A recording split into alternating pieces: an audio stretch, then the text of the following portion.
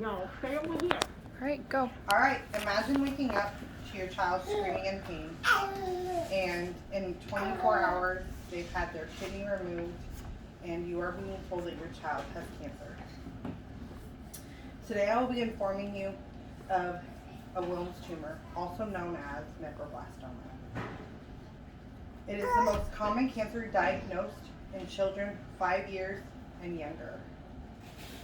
I will be discussing the symptoms and the early detection, the Biology. the biology of nephroblastoma, and finally the treatment and the outcomes. I will start by discussing the symptoms of Wilms tumors that can aid in the early detection.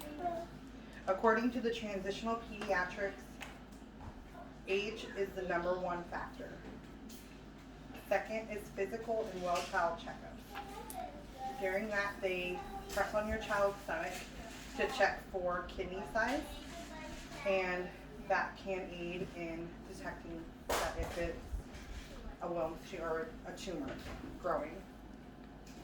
Some of the other indicators, according to the American Cancer Society, is fevers, shortness of breath, loss of appetite, constipation, blood in urine, pain in the abdomen are some of the common symptoms. Now that you know the symptoms, I want to talk about the biology of Wilms tumors. Nephroblastoma is the medical term for a Wilms tumor. Nephro meaning kidney, blastoma meaning the cancer. According to the Mayo Clinic, the average age is 3 to 4 years of age of being diagnosed. So there are 5 different stages to a Wilms tumor. One being stage 1, which means it's in one kidney and the prognosis is great. All the way up to the other side is stage 5, meaning that it is in both kidneys or it has also spread to all over the body or parts of the body. After they do the staging, they also do the histology. So there's favorable and unfavorable histology. They diagnose that off of the anaplastic change in the tissue of the tumor. And that's according to the American Cancer Society.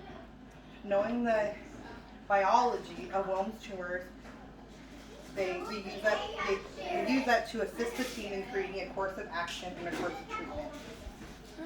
There are several forms of treatments and outcomes based on the stage and the histology of the Wilms tumor. The first way of treating it, according to Britannica, is surgery.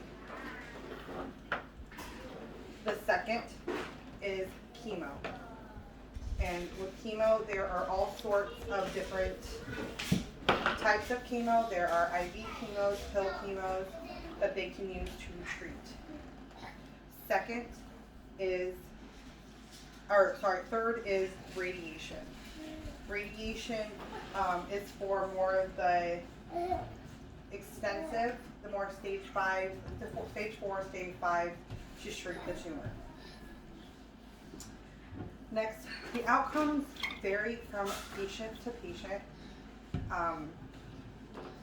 The better the prognosis is, the better the earlier detection. If it's farther detected in a higher stage, you have poorer outcomes. Basically, it ranges from death all the way to surviving and living a great happy life. Thankfully, I am one of the lucky ones, and I have a child who is thriving and has beat cancer. What helped me is informing myself about my daughter's diagnosis and understanding what the next steps were going to be helped me conquer this with my child.